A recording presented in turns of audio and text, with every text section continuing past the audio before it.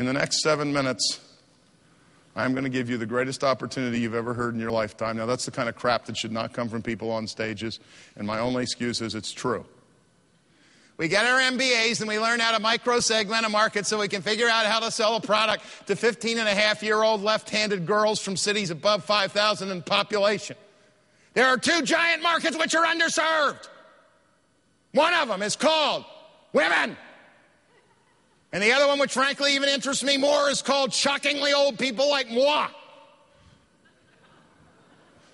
Women are interesting, they buy everything, and companies pay no attention to them. Why? Because they're all run by men. Duh. Women. These are statistics collected from the United States, the United Kingdom, Australia, New Zealand, and Canada. This is the answer. You tell me what the question is. I'll tell you what it is ahead of time. What are the share of purchasing decisions in these arenas made by women? Home furnishings, 94%, vacations, 92%, houses, 91%, do-it-yourself, 80%, consumer electronics, 51%, choice of a new car, 68%, all consumer purchases, 83%, choice of a new bank account, 89%, household investment decisions, 67%, small business loans and business startups, 70%, and healthcare, 80%. And dude, it's everywhere. Look at the second line on the slide. You would think at least we'd have adventure travel. That's guy stuff. Yeah, in your dreams. 70% of the adventure travel decisions are made, in fact, by women. And that market, the equipment alone, is $55 billion. Faith Popcorn wrote the Bible on this. And virtually the only book. The trend spotter, Ms. Popcorn, and her research director, Liz Marigold, wrote a book called Evolution, The 8 Truths of Marketing to Women. For example, connecting your female consumers to each other connects them to your brand.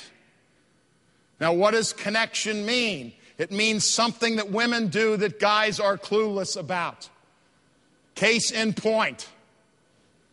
The connection proclivity, Popcorn, and Marigold write in Women Starts Early. When asked how was school today, a girl usually tells her mother every detail of what happened, while a boy might grunt, fine. We agree on that? I mean, I don't agree. My 18-year-old son is not that articulate. You say, Ben, how was school today? Huh? And so we haven't quite gotten to the fine stage yet. The bottom line on this, as Popcorn and Marigold put it, women do not buy brands, they join them. Everything is about connection. Boomers and geezers. 80 million boomers in this country. That is those born between 46 and 64. We do not have the money. We have all the money. We have all the money. The kids are out of school. The mortgage is paid off. And we ain't got much time. And meanwhile, everybody caters to the 18-year-old. Let's have a movie that the 18-year-olds will love. 18-year-olds may love it, but I got the wallet, man. These statistics are stunning. First decade of this century in this country, the 18 to 44-year-olds in absolute numbers will decline by 1%. 55-year-olds and up will go up by 21%. And the amazing group called the 55 to 64-year-olds will go up by 47% in a nation of 300 million people. That's incredible. David Wolf and Robert Snyder wrote a very new book called Ageless Marketing. 44 to 65 they call the new consumer majority. They go on to add the new consumer majority is the only adult market with realistic prospects for significant sales growth in dozens of product lines for thousands of companies. And yet, just like the women's thing, ain't nobody paying attention. So, the vision thing. Gary Hamel, the great business strategist, says, create a cause, not a business. Max Dupree, retired chairman of the office furniture maker Herman Miller. Management has a lot to do with answers. Leadership is a function of questions. And the first question for a leader always is, who do we intend to be? Not what are we going to do, but who do we intend to be? What are we here for? What are we here for? Leaders are dealers in hope. Napoleon said it long, long ago. A leader is a dealer in hope. In my writing room in Vermont, I have only two things hanging on the wall: a Life magazine cover of Franklin Delano Roosevelt in 1933 and a Life magazine cover of Winston Churchill in 1940. Churchill was a lousy military strategist. Roosevelt was a lousy economist. But Roosevelt gave 150 million Americans hope during the Great Depression, and Churchill gave 60 million Brits hope during the Battle of Britain. Hackneyed but true. Leaders see cups as half full. The great advertising man David Ogilvy said years ago, and this is pretty strong language, he said, "Fire the merchants of doom and gloom. One sour person can pollute the 100-person organization." The leader is not the person who can add the fastest or make the sale the best or do the best training. The leader is the person who inspires us, who sends us on quests to places that we had never imagined. You must care. Sarah Lawrence Lightfoot is a Harvard professor of sociology, half African American, half Native American. She wrote a marvelous book with a single word title called Respect. It was much later that I realized Dad's secret. He gained respect by giving it. He talked and listened to the fourth grade kids in Spring Valley who shined his shoes the same way he talked and listened to a bishop or a college president. He was seriously interested in who you were and what you had to say. We've all waited 6 months for the meeting with Mr. Big, and we get into the room with him with that 5 minutes that we've got, and he looks at us and he doesn't see us. He's looking over his shoulder at the next person, or his eyes are glazed. The definition of excellence in leadership is the person who, even if it's only for 30 seconds, is completely there for you. Now, a lot of us stand on these podiums and we charge a lot of money and we do our best to make life as complicated as we can. D. Hock, the Visa founder, simplifies life and gives you all you need to know about leadership. PhD in leadership, short course. Make a short list of all the things done to you that you abhorred. Don't do them to others, ever.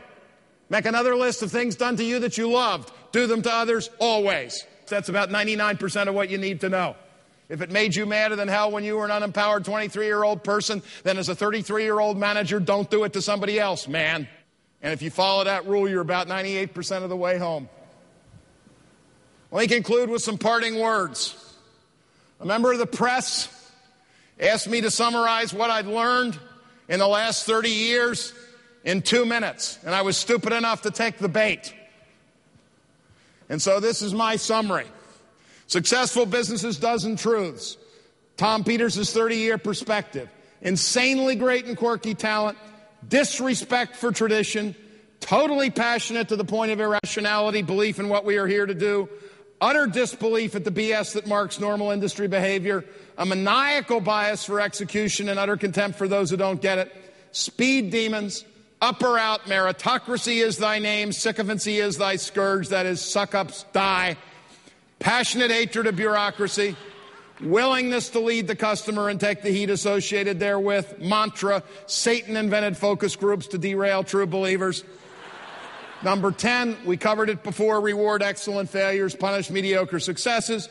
Courage to stand alone in one's record of accomplishment against all the forces of conventional wisdom, and a crystal clear understanding of the power of a good story, which is sometimes called brand power. And my favorite list of all comes from the utterly, totally, completely cockeyed, insane billionaire Richard Branson, the founder of the Virgin Group. Branson's list: follow your passions, keep it simple, get the best people to help you, recreate yourself, and play.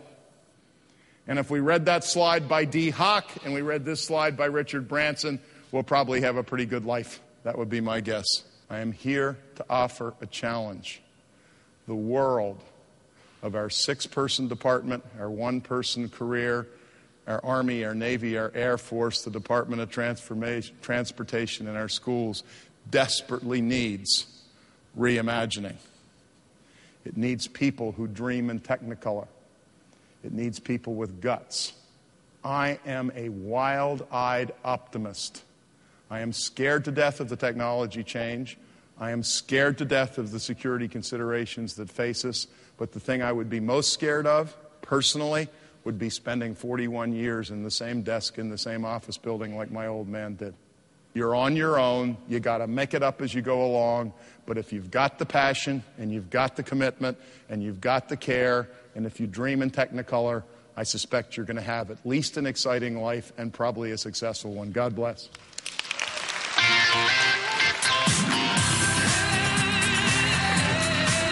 Thanks. We hope you have enjoyed this special presentation of Tom Peters' Reimagine, Business Excellence in a Disruptive Age. For a copy of this program or any of Better Life Media's programs, visit our website at www.betterlifemedia.com. At betterlifemedia.com, you'll find all kinds of valuable life improvement information.